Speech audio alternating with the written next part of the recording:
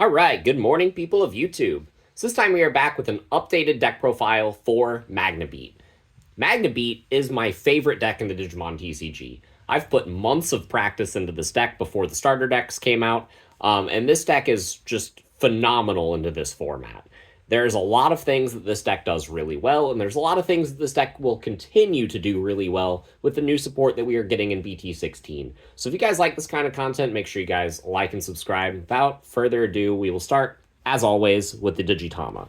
So we are still playing our one of Bukamon that gives us jamming, and then we have the 4 copies of the Wanyamon that lets us draw if we have a blue Tamer. So drawing extra cards is really good in this deck because we aren't digivolving as often as other decks do.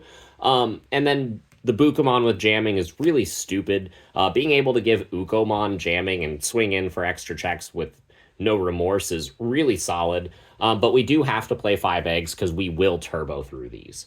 So for the rookies, as with any aggressive deck, we are playing 4 copies of Ukomon. This card has the added benefit of being the free trait, so it's searchable off of a lot of our pieces.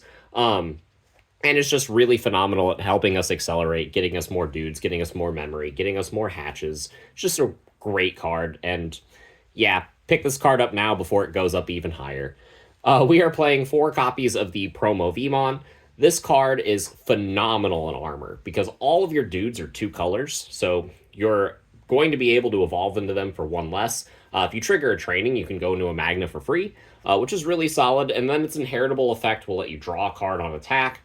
So you're drawing off this, you're drawing off Wanya, and you're refilling your hand pretty quickly. We are playing 4 copies of the Jamming Vmon. This card helps us put on a lot of aggression. It's still really great in combination with the BT8 Magnamon, and there's just a lot of things that this card does really well. Being able to guarantee a survival and then go and do even the new Magnamon is just really fantastic. There are a lot of things that this card does well for the deck. And then we are playing 4 copies of the BT12 Vmon. This card is going to grab a free attribute Digimon off the top 3 cards of our deck, as well as a Davis-named Tamer. So that's pretty good. There are a lot of times that you will get 2 hits off of this, and you need a lot of Vmons because this deck really started with including 4 copies of the Promo Vmon, the Promo Uka, and then 4 copies of Davis, and then the Louis. And that was the whole backbone for the deck. So being able to grab more Davis, being able to turn 1, activate Davis, slam this for free, potentially grab another Davis and like a Magnamon or something is really solid. This card is just phenomenal. You'll never use the inheritable effect end of turn DNA, but hey, it's a good searcher and it's named Vmon. So we are playing 1 more Vmon named Digimon, and that is because of all of the Davises that we are playing. This is going to be the red one from EX3. So you can't evolve this over your eggs, but you can play it for free off of Davis, and because it's named Vmon, all of your Magnamons digivolve off of Vmon with the black text box effect, so you will just be able to slap a Magnamon on top of this if you want. But being able to discard a free attribute Digimon to draw 2 is really fantastic. There are some times that you're going to need to cycle into your options, maybe grab a Death X, maybe grab a Magna X because that card is not free for some reason. Any of the aces. So being able to slam this down and dig for pieces that you wouldn't normally be able to search for is really good. And sometimes you have too many Magnamons in hand, so getting one of them out of there is always fantastic. But that is it for the Vmon and the Ukos. I am deciding to play 1 more rookie in this deck, and that is going to be the BT12 Wormmon. So the main reason for this inclusion is that is a green Digimon that can evolve over our blue eggs, which is really good. This card can grab a free attribute Digimon on play if we have to play it as well, which is also really good. But it increases our color count for Heaven's Judgment, while also being a searchable piece, while also activating the color requirement for playing Heaven's Judgment. So this card fills a lot of niches. It is not a mandatory card in the deck because your Magnamons will be able to trigger Heaven's Judgment anyway, but I do like having that extra green source just in case because Heaven's Judgment is truly a broken card. But that is it for the rookies. On to the Magnamon. Starting off with the new one, we got 4 copies of the Starter Deck 17 Magnamon. So for those of you that don't know what this does, when you Digivolve into this card, you target one of your opponent's Digimon and then strip its top Digivolution source for every color that it has. So in a format with a lot of two-color Digimon, you can strip two sources pretty easily, and then you bounce something with no sources, which is really fantastic. This card combos really well with your Zudomon Ace.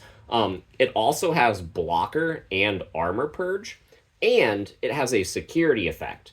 So you'll de-digivolve one on one of their dudes, and then at the end of the battle, one of your Digimon can digivolve into this card without paying the cost. So that's really huge. So you'll trigger de-digivolve, and if you hit their stack, if the card underneath whatever they're swinging with is less than 7k, they'll just die right there, which is really cool because the de-digivolve or the security effect of this card, this first part of the security effect of this card will happen before the battle starts. So you'll get the de-digivolve, then the battle happens, and then this card will evolve over one of your Vmon, and then you can bounce something, which is really cool. This card makes running blue training a lot better because this card is defensive as well as proactive. You can evolve into this card, start swinging, drawing extra cards off your Wanya and your Promo Vmon inheritables, while also clearing bodies, which is insane tempo. This card is just really, really good for the deck, and I absolutely love it. So for the other Magnas, I am playing 3 copies of the BT13 Magna. This card would probably be a 4 of if we aren't in a Leviamon format, but we are. There are 3 best decks of the format, and Leviamon is one of them. And this card, while it does float back into a Vmon and draw you extra pieces, will trigger their Biting Crush, which is not great for you. But in every other matchup, this Magnamon is insane.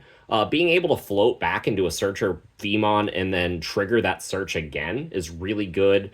The draw one whenever it is removed is also really good. And this is the only Magnamon that doesn't really feel bad if you have to hard slam it from your hand. So this is a necessary piece for the deck, and it's the second best Magnamon that we have access to. I am still playing 1 copy of the BT8 Magna. Sometimes you need an unsuspend, sometimes you need a lot of DP. This card gives you both of those. Having Blocker and Armor Purge is great. This card combos really well with the Jamming Vmon, and it is a yellow source, so it can help us get to Heaven's Judgment play quicker. So I really like this card. This card still has a niche. And even though it is technically the worst Magnamon that we have in print, it is still a fantastic card. So for the level 5s, I am playing just 1. We are playing 4 copies of the Zudomon Ace. Now, if you so chose, you could drop one of these and play like a Were-Garurumon Ace if you wanted. That card's really good at drawing you extra pieces, stunning a body. That's fantastic. I do really like Zudomon Ace, though, in combination with the new starter deck Magnamon. Being able to strip multiple sources off of that Magnamon, bounce something, and then trigger a training, go into this, strip more sources, bounce something else. That's really good. This is a really good control card. Hard slamming this for 4 never feels bad, and it's just a fantastic piece for this deck, and I really do like playing at least 3. I feel like you don't have to play 4 aces, but the aces are phenomenal and do provide you a lot of tempo, so I see no reason to not to max out on this card. For the level 6s, we are playing a full playset of Magnamon X Antibody from BT9. We don't have access to the BT16 one yet, so this is what we're stuck with. But this card is phenomenal at deterring aggressive decks like Numemon, like Red Hybrid, like Melga. Anything that gets multiple unsuspends and attacks, this card is great at dealing with. And this is still a phenomenal card. It puts itself back into security, which gets you more tempo, gets you more survivability. The multiple redirects will save your ass in the decks that can match your speed. And because it is not a free attribute Digimon, it is not searchable, so I do feel like we need to be maxing out on this piece, just because this is an important backbone for the deck at dealing, or at helping us deal with decks that can match our tempo and aggression. There are some matchups that you'll never use this against, but those are matchups that you were already winning anyway. So this is the kind of the card that gets you back into the game if things start going wrong. So I do feel like 4 is kind of necessary. We are playing 2 copies of Death-Eggs because this is a lot better, this format. Playing Zudomon Ace and the starter deck Magnamon also really helps because you have controlled Source Strip. If your opponent has a level 6 and you go into Magnamon from the starter deck, you will strip the level 5, bounce something small that they have, and then if you drop the Death-Eggs, then their level 6 will be de-digivolved into a level 4, and then it will fulfill Death-Eggs's condition of being deleted. So this card is really phenomenal. Especially in a deck that has targeted Source Strip. Death-Eggs is really, really great.